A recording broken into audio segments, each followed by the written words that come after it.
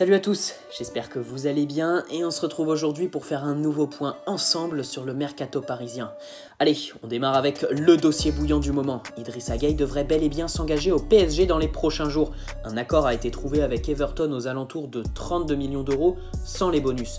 Mais les dirigeants anglais exigent encore une petite faveur avant l'officialisation de ce transfert. Trouver son remplaçant.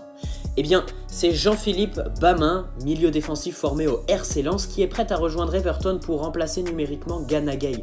Désormais, plus rien ne semble s'opposer au transfert de l'international sénégalais au PSG. Everton a validé le transfert mardi soir. Leonardo doit désormais trouver un terrain d'entente pour le contrat et le salaire du futur parisien, mais cette dernière étape ne devrait pas poser problème. Gueye rêve de devenir parisien, sous réserve de sa visite médicale, il le sera prochainement. Mais si Gueye devrait être la 6e recrue parisienne cet été, Milinkovic-Savic ne rejoindra pas le club. La presse italienne annonce un accord avec Manchester United pour un transfert avoisinant les 80 millions d'euros avec bonus. Le PSG n'a pas voulu s'aligner sur les exigences romaines, mais Manchester l'a fait. Le milieu serbe ne rejoindra pas Paris et devrait remplacer Paul Pogba en Angleterre. La fin d'un feuilleton qui commençait à s'éterniser. Alors qu'un retour à Paris était évoqué dernièrement, Blaise Matuidi n'entrerait pas dans les plans de Maurizio Sarri. La Juventus ne s'opposera pas à son départ cet été, à condition de recevoir une offre entre 25 et 30 millions d'euros en échange. L'international français est bien et aimerait continuer l'aventure turinoise, mais en cas de départ, la préférence de Matuidi irait vers un retour à Paris. Le Charrot est très attaché à la ville lumière.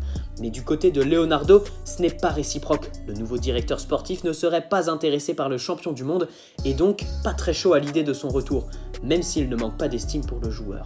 Un retour à Paris ne serait donc pas d'actualité, mais un retour en Ligue 1 dans un autre club pourrait bien être envisageable. Monaco est sur le coup et discute avec Matuidi. Le dossier Guerreiro est au point mort. Pour Danny Rose, le PSG serait toujours en pole position pour recruter l'international anglais de 29 ans contre 22 millions d'euros.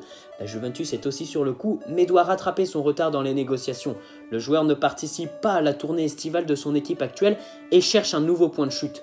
Reste à confirmer les rumeurs et savoir si le PSG est bien prêt à débourser 22 millions d'euros pour renforcer un secteur composé de Juan Bernat, qui devrait rester et confirmer sa bonne première saison à Paris, et de Layvin Kurzawa, qui est annoncé sur le départ mais qui fait l'objet d'aucune offre pour le moment. Au poste de gardien, Thomas Tuchel a fait son choix, et selon l'équipe, c'est Alphonse Areola qui devrait être le numéro 1 cette saison à ce poste, ce qui renforce donc les envies de départ pour Kevin Trapp. Francfort le veut absolument, Porto peine à s'aligner sur son salaire, et Leonardo voudrait trouver son successeur avant de le laisser partir. Un successeur qui pourrait être déniché en Angleterre et à Newcastle plus exactement. En effet, selon Kicker, Martin Dubravka serait pisté et serait souhaité par Leonardo pour remplacer Trapp. Le gardien de 30 ans, sous contrat jusqu'en 2022 avec Newcastle, possède une valeur marchande d'une dizaine de millions d'euros. Reste à savoir si le PSG concrétisera cet intérêt.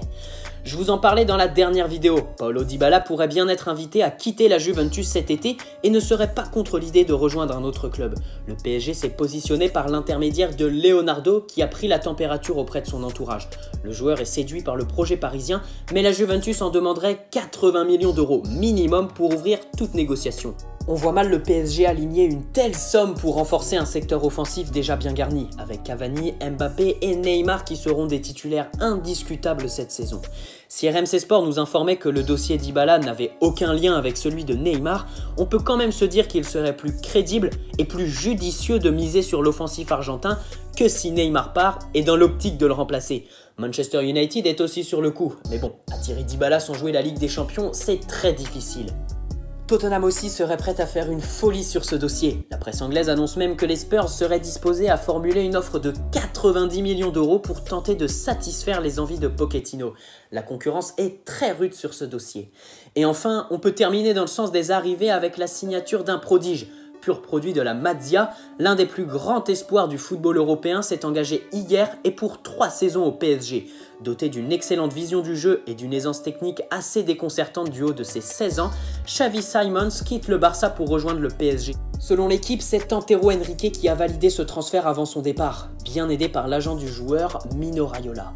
On lui souhaite tout le meilleur et bien sûr on lui souhaite de s'imposer dans notre équipe du PSG. Dans le sens des départs, le jeune latéral droit de 19 ans Cody Williams a rejoint hier soir Strasbourg pour y signer son premier contrat professionnel. vraisemblablement pour 3 ans. Le PSG l'a libéré de son contrat depuis la suppression de l'équipe réserve pour faciliter son départ et a, comme d'habitude, négocié 30% à la revente. Justement, cette manie de négocier les pourcentages à la revente pourrait rapporter gros très prochainement. En effet, depuis l'arrivée de Fekir au Betis Séville, Lo Celso est annoncé de plus en plus proche de Tottenham qui pourrait aligner 50 millions d'euros sur le milieu argentin. Eh bien, si ce transfert venait à aboutir, le PSG toucherait 20% de la somme versée au Betis Séville, soit quelques 10 millions d'euros, ce qui n'est pas négligeable. Pour Choupo-Moting, ça se complique. Le PSG veut absolument se séparer de l'international camerounais et aurait fait marcher son réseau pour proposer l'attaquant de 30 ans à des clubs évoluant en Chine, en Turquie ou dans le Golfe. Mais deux facteurs évidents compliquent la donne, les piètres performances de Choupo sous le maillot parisien et son salaire conséquent coincerait Leonardo sur le sujet. Julian Draxler aussi ne veut pas quitter le PSG et l'a fait savoir après le match nul face à Nuremberg samedi dernier. Pour moi, ce sujet n'existe pas, je l'ai déjà dit, je ne sais pas pourquoi cette rumeur ne s'arrête pas, j'ai joué à de nombreux postes à Paris et je ne pense donc pas que mon rôle soit nécessairement lié à celui de Neymar. Pour Ensoki, Marseille est encore sur le coup. La Lazio Rome aurait proposé un transfert sec alors que Saint-Etienne étudierait la possibilité d'un prêt. Voilà, c'est tout pour aujourd'hui et ce petit tour d'actualité. Merci à vous, nous sommes désormais 10 000 sur la chaîne YouTube. Un chiffre qui me rend plus qu'heureux et je vous l'ai déjà écrit hier, mais un grand merci à vous qui me permettez de partager ma passion avec vous tous. Merci pour vos messages, vos likes, vos commentaires, votre activité, votre positivité. Merci à tous. N'hésite pas à liker cette vidéo si elle t'a plu, t'abonner si ce n'est pas déjà fait, et puis cap sur les 11 000 désormais. Allez, bonne soirée à tous, allez Paris, ciao.